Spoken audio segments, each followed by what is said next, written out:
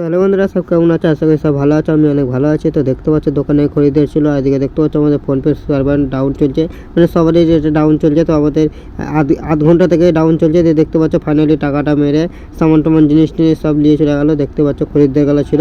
আর এদিকে দেখতে পাচ্ছ মানে এদিকে লোকজন যাওয়া আসা করছে, মানে আমাদের এদিকে কীর্তন হয়েছে। আচ্ছা, আমাদের এদিকে 1 মাস কীর্তন হয়। তো আজকে 5 নম্বর দিন, তো আজকে আমার যাওয়া হয়নি। আর এই সাইডে দেখতে পাচ্ছ খালি গায়ে মোবাইল দেখছে।